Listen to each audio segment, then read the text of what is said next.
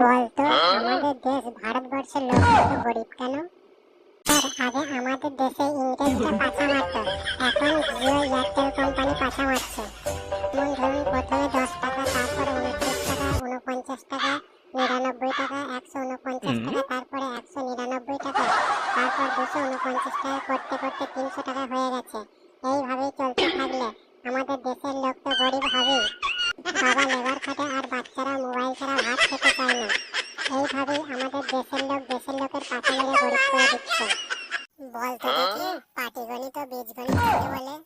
যেসব চাষিরা পাট বুনে পাটের জমিতে গিয়ে হিসাব করে যে 1 বিঘে জমিতে কটা লেবার লাগবে পাট কাটতে, তাকে পাটিগণিত বলে। আর যেসব চাষিরা জমিতে ধান, ছোলা, ভুট্টা, মুসুরি, গম বোনে, তাকে বীজগণিত বলে। এর উদাহরণ আমি বলতে পারবো না। একটা বিজনেস আইডিয়া বলতো, যেখানে লোক কাজ করবে আর তুই বসে বসে টাকা গুনবি। বাজারের মধ্যে একটা সুলভ শৌচালয় খুলবো স্যার। কি বলিস রে, সুলভ শৌচালয়?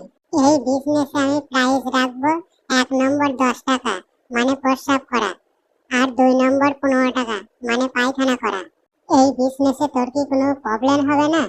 যদি 1 নম্বরের টাকা দিয়ে 2 নম্বর করে দেয়, তখন তুই কি করবি?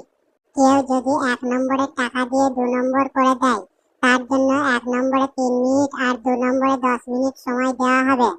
তারপর দরজা অটোমেটিক খুলে যাবে আর জল আসা বন্ধ হয়ে যাবে। যদি 10 মিনিটে পায়খানা ক্লিয়ার না হয়, দরজা খুলে যাবে, জল আসা বন্ধ হয়ে যাবে, তাহলে ওর অবস্থা কি হবে ভেবে দেখেছিস? তার জন্য টপ আপ প্ল্যান দেওয়া হবে।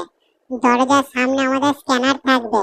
10 টাকা মেরে দিলে আবার দরজা বন্ধ হয়ে যাবে, জল আসা শুরু হয়ে যাবে।